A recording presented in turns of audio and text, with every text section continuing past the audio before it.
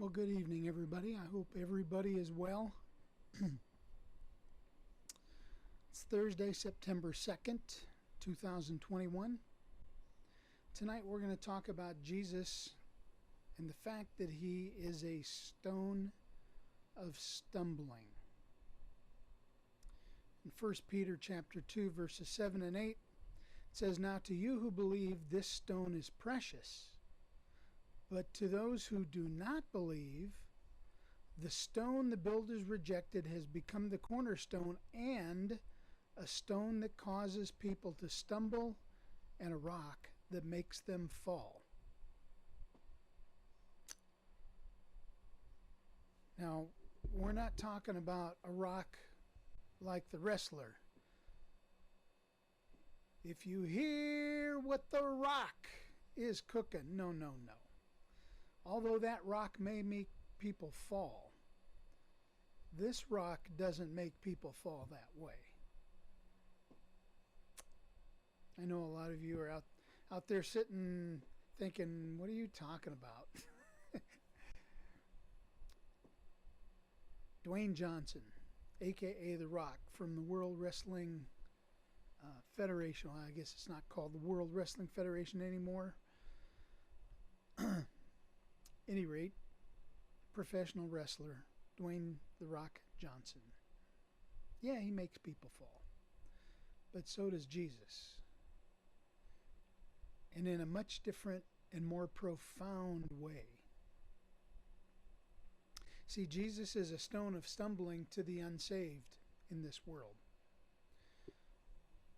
The unsaved in this world, they reject Christ because he demands that they live by his principles of light, but yet they love the darkness. They reject Christ because he demands that they walk the narrow way, and according to Matthew 7, chapter 7, verses 13 and 14, that he demands that people enter heaven by the straight gate.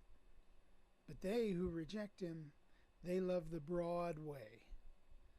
They love the wide and easy path. And they reject Jesus, who is the only cornerstone, because they don't want to build their lives on him. So when we think of these reasons why people reject Christ, I like to think about what the common denominator in all of those things is. Well, at the core of it, it's self-will, self-centeredness.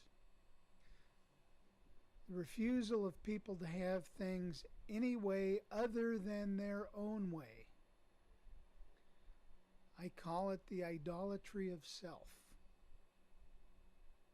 To these people, Jesus is a stone of stumbling.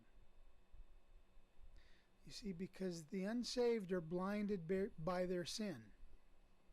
They can't see because of their sin. And they're blinded by the idolatry of self. They are the most important thing in the universe, and everything must revolve around them. Matters most. What they deem important is what matters most. The saying in the pro-abortion movement is "my body, my choice." That's the idolatry of self. They don't care that there is a life being formed inside of them. What matters is their body, themselves. So people are blinded by this self-idolatry. And what happens to blind people when they try to walk without a guide or without some other assistive device? They stumble. They stumble because they can't see. They're in darkness. People who reject Christ like to treat Christ as if he never lived. And they'll lash out angrily because the truth is they can't ignore the fact that Jesus lived. They can't ignore that he was sacrificed for the sins of everybody, and they can't ignore the fact that he was raised again to life to be the King of Kings and the cornerstone. All of creation points to the fact that there was a creator. The existence of laws points to the fact that there was a lawgiver. And the fact that we have offended consciences from time to time points to the existence of a right and a wrong. Absolute right and absolute wrong.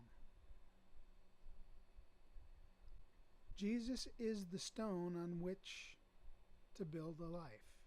He is the cornerstone. But to those who ignore him, those who reject him, those who deny his existence, those caught up in the idolatry of self, will all stumble over him and fall into eternal damnation one day. The question is, what will you do with this cornerstone? Will you stumble over him today? Or will you make him the cornerstone on which you build your life? It's your choice. It's my choice.